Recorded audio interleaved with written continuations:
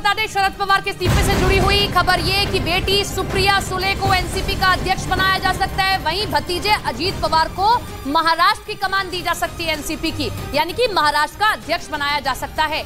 जब से शरद पवार ने अपने इस्तीफे का ऐलान किया है, कार्यकर्ता इस बात पर अड़े हुए हैं कि वही अध्यक्ष रहें। जहां अजीत पवार मीडिया के सामने आए और ये कहा कि 2 से 3 दिन का और समय है, उस पर वो विचार करेंगे। लेकिन न्यूज 18 के हमारे सहयोगी विवेक गुप्ता की ये खबर सामने आई, जिसमें ये कहा जा रहा है कि प्लान बी है दरअसल शरद पवार के पास में। उस प्लान बी के तहत सुप्रिया सुले को एनसीपी का राष्ट्रीय अध्यक्ष बनाया जा सकता है और साथ ही साथ अजीत पवार को महाराष्ट्र का अध्यक्ष बनाया जा सकता है, ताकि राष्ट्रीय स्तर पर जितने भी पार्टी के फैसले हैं वो बेटी सुप्रिया सुले ले और जो प्रदेश की कमान है वो अजीत पवार के हाथ में चली जाए। और सुप्रिया सुले, आपने देखा भी होगा कि जितनी बार पार्टी मझधार में फंसी है वो मीडिया के सामने आई, कितने ही गंभीर तरीके से उन्होंने स्थितियों को संभाला है। जब मामला अजीत पवार से जुड़ा हुआ था तब भी वही चीजों को संभाल रही थी, मीडिया के सामने आई, ये बात समझाई कि अजीत पवार को समझाया गया, तब पार्टी से जितनी भी नाराजगी थी वो दूर कर दी गई और उसके बाद में अजीत पवार को किस तरीके से फिर से मनाया गया।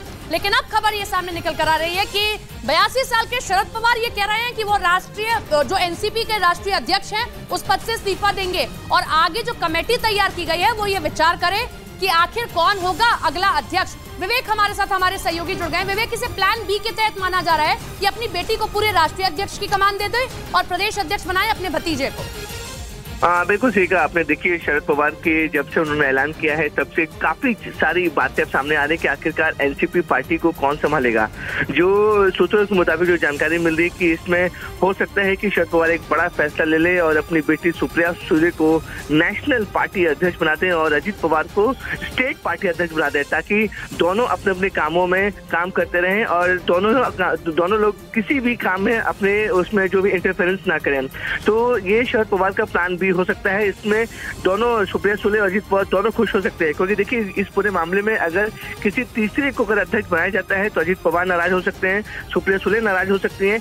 इसलिए अब ये प्लान बी शरद पवार और एनसीपी की पार्टी में मन में चल रहा है कि अगर एक तरीके से नेशनल पार्टी में कोई इंटरफेरेंस अजीत पवार का ना हो और स्टेट के पॉलिटिक्स में सुप्रिया सुले का कोई इंटरफेरेंस ना हो, इसलिए अब प्लान बी तैयार किया जा रहा है, जिसमें सुप्रिया सुले को एनसीपी नेशनल लेवल के प्रेसिडेंट बना दिया जाएगा और अजीत पवार को स्टेट लेवल का प्रेसिडेंट बनाने की योजना बनी जा रही है। लेकिन फाइनल फैसला जो है वो अभी 1-2 दिन और समय लगेगा, क्योंकि शरद पवार अब पीछे हटने के मूड में साफ तौर पर नहीं दिख रहे हैं और जिस तरीके से 18 सदस्यों की कमेटी बनाई गई है, ये 2 दिन 18 सदस्यों की कमेटी तय करेगी कि आने वाले दिनों में एनसीपी की कमान कौन संभालेगा।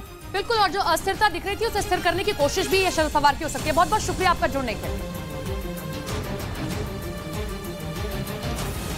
इधर मुंबई में एक कार्यक्रम के दौरान शरद पवार ने एनसीपी अध्यक्ष पद छोड़ने का ऐलान कर दिया। 1999 में एनसीपी के बनने के बाद से ही शरद पवार पार्टी के राष्ट्रीय अध्यक्ष हैं और करीब 24 साल बाद उन्होंने एनसीपी के राष्ट्रीय अध्यक्ष पद से इस्तीफा देने की घोषणा कर दी।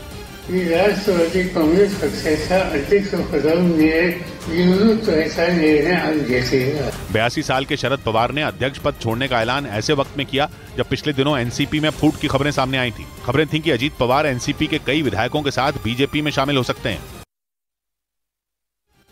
और शरद पवार के राष्ट्रवादी कांग्रेस पार्टी के प्रमुख के रूप में पद छोड़ने के ऐलान के बाद उनके भतीजे और पार्टी के नेता अजीत पवार ने कहा कि एनसीपी के दिग्गज को अपने फैसले पर एक बार फिर से विचार करना चाहिए और इसके लिए उन्होंने 2 से 3 दिन का समय मांगा है। एनसीपी नेता अजीत पवार ने कहा कि शरद पवार को बताया गया कि पार्टी के जितने कार्यकर्ता हैं वो यही चाहते हैं कि अध्यक्ष के तौर पर शरद पवार ही रहें।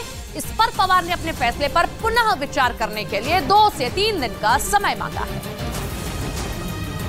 आपकी जो मांग है कि मैंने इस्तीफा वापस लेना चाहिए, उसके लिए मुझे 2 से 3 दिन सोचने के लिए वक्त कार्यकर्ताओं को देना पड़ेगा।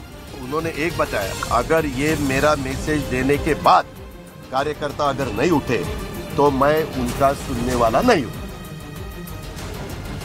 इधर उत्तर प्रदेश के झांसी में रेलवे पुलिस ने रेल यात्रियों के खोए हुए 307 मोबाइल फोन बरामद कर लिए हैं, जिनकी कीमत करीब 54 लाख रुपए बताई गई है। रेलवे पुलिस ने इन मोबाइल फोन को अलग अलग जगहों से बरामद किया। पुलिस ने सभी मोबाइल फोन को उनके मालिकों को दोबारा लौटा दिया है। कांग्रेस ने कर्नाटक विधानसभा चुनाव के लिए जारी अपने घोषणा पत्र में बजरंग दल की तुलना पीएफआई से कर दी, जिस पर सियासी हंगामा खड़ा हो गया। कांग्रेस ने ऐलान किया कि अगर वो सत्ता में आई तो पीएफआई और बजरंग दल दोनों पर बैन लगाएगी।